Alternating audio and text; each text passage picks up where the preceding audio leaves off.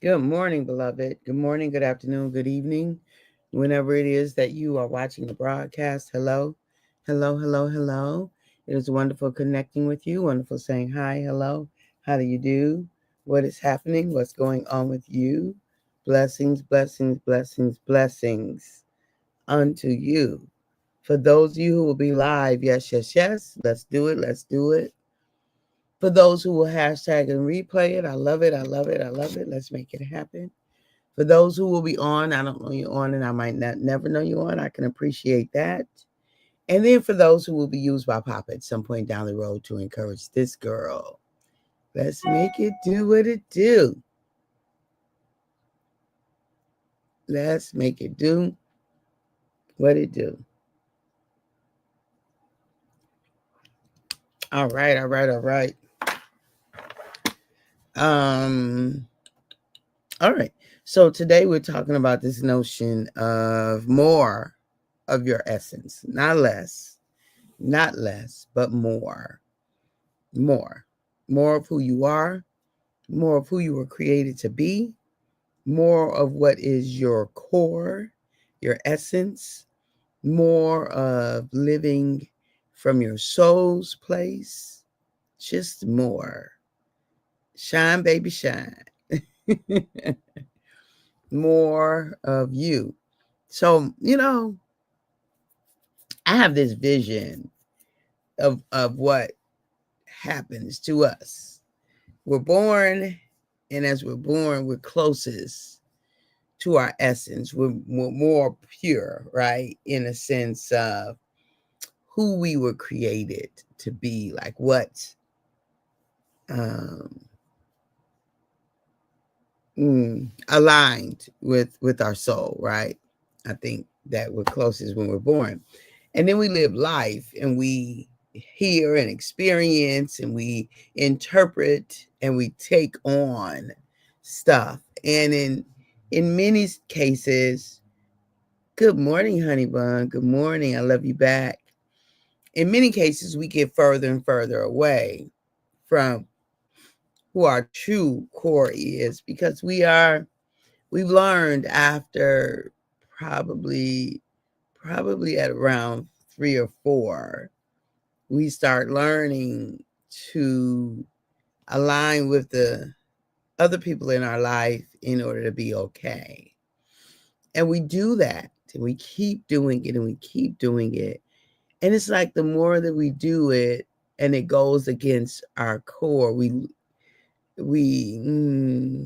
let's say we cover cover a part of ourselves, right? We cover it in a sense. So we function as less of our true selves. Because we're just trying to survive. We're trying to be okay, right? At a certain point, we start to feel mm, something's off, right? We can feel so we could have been being a certain way for decades and decades, and then just at a certain point, we start to realize this don't really feel right to me. So it's like our soul, our essence is knocking, like, hey, can we get back? Can we get back closer? And then as we start to do the work, and the work looks different for people. For some, where we get back to our core essence by through salvation, right? Through Christianity, through Christ. Some we get back to our essence through other forms of religion. For some, we get back to our essence from not religion at all. We have maybe um, a critical moment in our life, and we just decide that we're going to honor our heart, honor our soul's cry. But at any point, at any rate, we have some kind of life altering experience. Rarely do we just develop into it. Usually there's something significant that causes us to begin to question ourselves, about ourselves, and about how self engages other.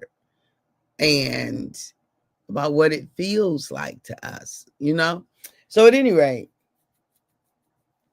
generally that kind of thing is what leads us back to uh, began to shine, like to polish, like clean off, like release and clean off that which just doesn't serve you, that which isn't true to and for you. No longer aligning with that, and little by little by little, owning your new truth.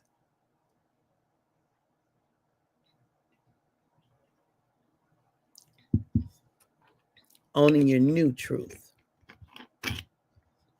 right? Um, and letting that be the informant, allowing that to be the critical element in your life. Good morning, Brian. Love you back. And allowing that to direct your life from there. And, you know, for me, I don't believe in using time and energy to regret, you know, to go back, to get stuck back and think about our life. And I should have, if only I had, I could have done this. Oh, beloved, it just doesn't serve us. It just doesn't. We can look back for information. We can look back for growth. We can look back to assure that we don't repeat that which doesn't serve us. But looking back to regret and lament about that which we didn't do, didn't know to do, didn't have the capacity to do, or that which we've done, which we wish we had not have done. Do you know? And so when I consider those things, yeah, there's definitely some things I did that I wish I had known better. But I can't give it energy. Like I can't allow it to rob me of today's peace, to rob me of today's energy, to rob me of today's capacity. I just can't allow it to do that. So I don't, right? So I don't allow it to do that. And so when I look at my essence today, is certainly more aligned, I think, than it ever has been from a conscious place, right? Because when we're babies, we're not conscious about alignment. We're not conscious about honoring our soul's cry. But as we grow and expand and increase and we become more conscious about it. Hopefully we are. Because the shine that you have, the essence that is yours, that which you serve and can bring, can't come from anybody but you, baby. Nobody but you. So let's do some polishing. Let's do some cleaning, some releasing, some letting go. Let's take off some stuff that just doesn't honor our truth, your truth. It doesn't honor your truth. Let's release it. If it doesn't honor your truth, let's release it. Let's not live it if it does not honor your truth, right? And the core of who you are. This is the thing. So this is why I don't worry when I say honor your truth, because when I speak of truth, I'm speaking about like truly the essence. And at our core, there is goodness. At our core, there is goodness. At our core, right? There is goodness. And so as we align with the goodness, that not what we've been created.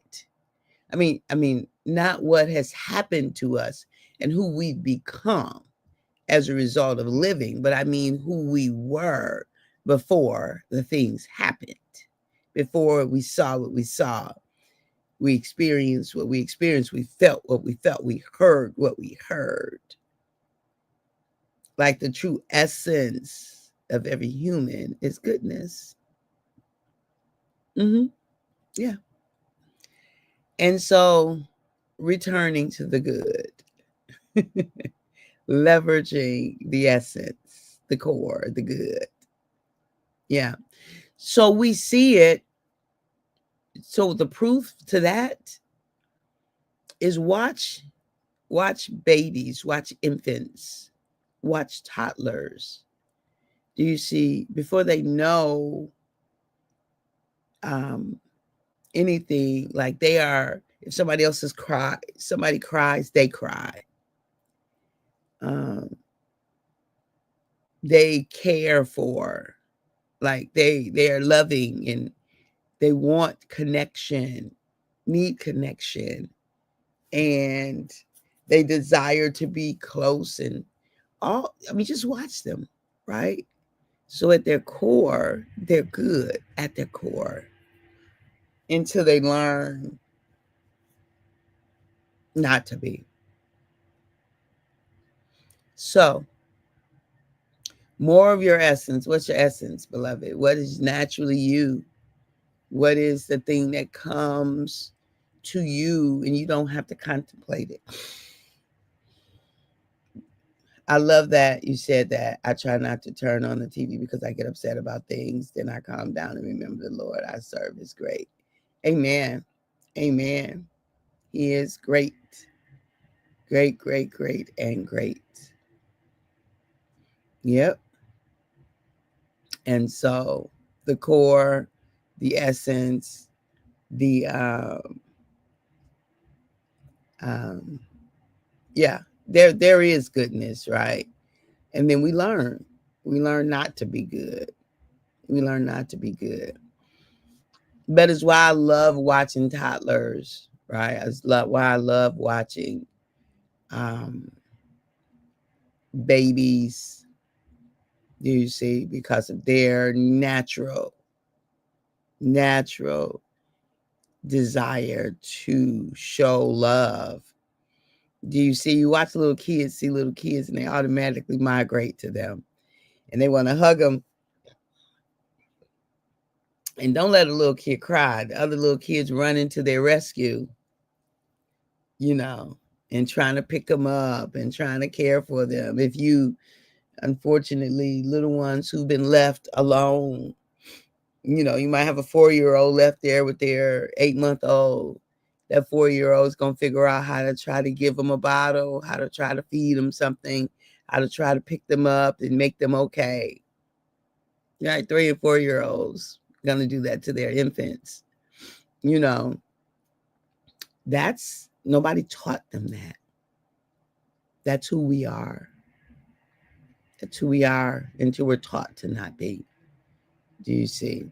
So that's more of an essence, more of our core, more of being who we have been created to be. Good morning, Ray Price. It is hump day. It is hump day. Right? More of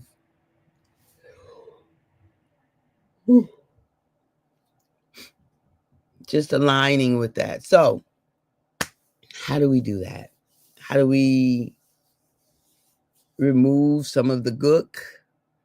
Remove some of the people pleasing, remove the fear, having decisions led by fear driven decisions. Do you see? How do we remove that? Love, LOVE, my favorite word. Lean into love. Loving you first, loving you intentionally, loving you consistently. Lean into love. Yep, let's do that. Let's lean into love and um practice that. Practice loving you. And the more love you give yourself, the more love you will give others. Love is contagious. It's a contagion. Love as a contagion, right?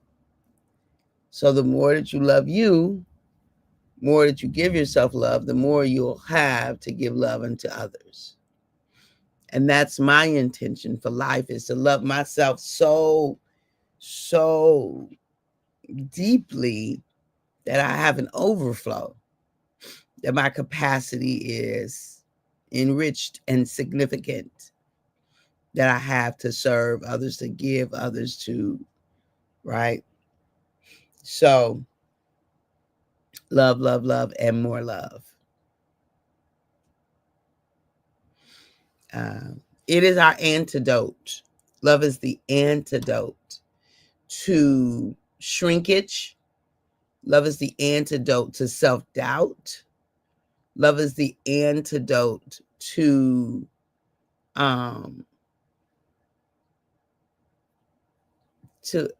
all, like to war. You think about love is the answer. Love in action. And I'm not talking about the emotion, right, of love, but I'm talking about the verb, the action.